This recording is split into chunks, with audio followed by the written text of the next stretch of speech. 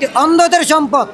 সেখানে উনি একজন আওয়ামী লীগের নেতা হয়ে, উচ্চাবতের একজন নেতা হয়ে কিভাবে আসে এখান থেকে চাঁদাবাজ নিতে?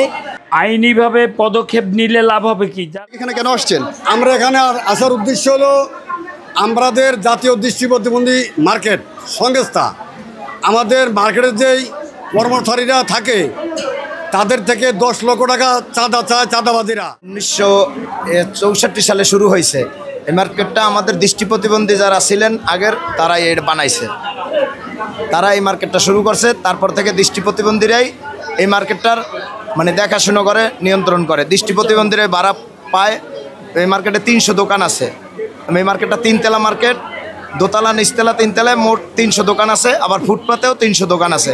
এই পুরো মার্কেটটার নিয়ন্ত্রণ দৃষ্টি প্রতিবন্ধীরাই করে। ইতিপূর্বেও আমরা কিন্তু এখানে অনেকবার এসেছিলাম এবং বিগত সরকার থাকাকালীন অবস্থায়ও এই যে সাভারের শীর্ষ সন্ত্রাসী মঞ্জুরুল আলম রাজীব এবং তার গ্রুপ, তারা হচ্ছে যে এখানে আপনার এই মার্কেটটাকে দখল করার চেষ্টা করে।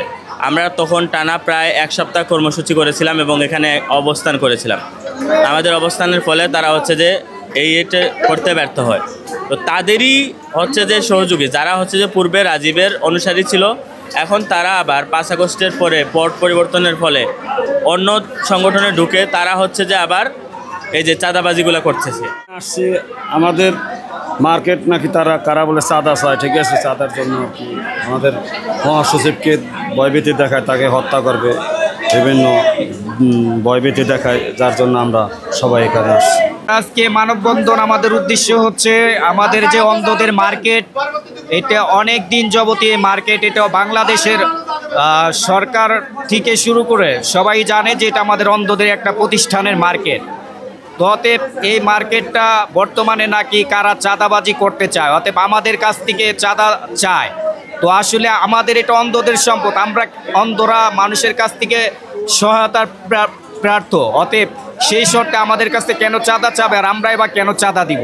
আচ্ছা, এই চাঁদা চাচ্ছে কারা? চাঁদা চাচ্ছে আমাদের কিছু দুষ্কৃত লোক আছে, তারা আমাদের উপরে হামলা মামলা করতে চায়, আমাদের উপরে অত্যাচার অন্যায় করে, তারা বলে আমাদের উপরে নানান হুমকি দামকি দেয়, চাঁদাবাজ করতে চায়। কিন্তু জানি না তাদের কাছে আমরা কি অপরাধ করেছি, কেন আমাদের কাছে তারা চাঁদা চাবে?